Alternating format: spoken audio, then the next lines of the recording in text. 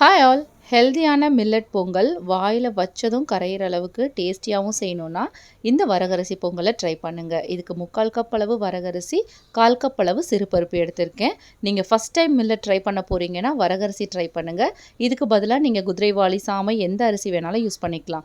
1 கப்புக்கு 3/2 கப் அளவு தண்ணி சேர்த்துக்கலாம். தேவையான அளவு உப்பு சேர்த்துக்கலாம். ஒரு பிஞ்ச் அளவு மட்டும் மஞ்சள் தூள் சேர்த்துட்டு இதை 4 விசில் வச்சு குக் பண்ணி எடுத்துக்கோங்க. ப்ரெஷர் ஃபுல்லாக போனதும் ஓப்பன் பண்ணி பார்த்தீங்கன்னா பர்ஃபெக்டாக குக் ஆகிருக்கும். இப்போ தாளிக்கிறதுக்கு 2 டீஸ்பூன் நெய் சேர்த்துக்கிறேன். இதில் 1/2 டீஸ்பூன் மிளகு, 1/2 டீஸ்பூன் சீரகம் சேர்த்துக்கலாம். இது நல்லா பொரிஞ்சதும் ஒரு சின்ன துண்டு இஞ்சியை பொடியாக கட் பண்ணி வச்சுருக்கேன். பச்சை மிளகா, கருவேப்பிலை இதெல்லாம் சேர்த்துட்டு பெருங்காயமும் சேர்த்துக்கலாம். எல்லாம் நல்லா பொரிஞ்சதுக்கப்புறம் நம்ம பொங்கலில் சேர்த்துக்க வேண்டியது தான். பொங்கல் தாளிக்கும் போதே வீடே மணக்கும். ரொம்ப டேஸ்டியாக இருக்கும். ஆரோக்கியமான மில்லட் பொங்கலை நீங்களும் இந்த மெத்தடில் ஒரு முறை ட்ரை பண்ணி பாருங்கள். அதுக்கப்புறம் எப்போ பொங்கல் செய்யணுன்னாலும் வீட்டில் இந்த வரகரிசி பொங்கலை தான் கேட்பாங்க.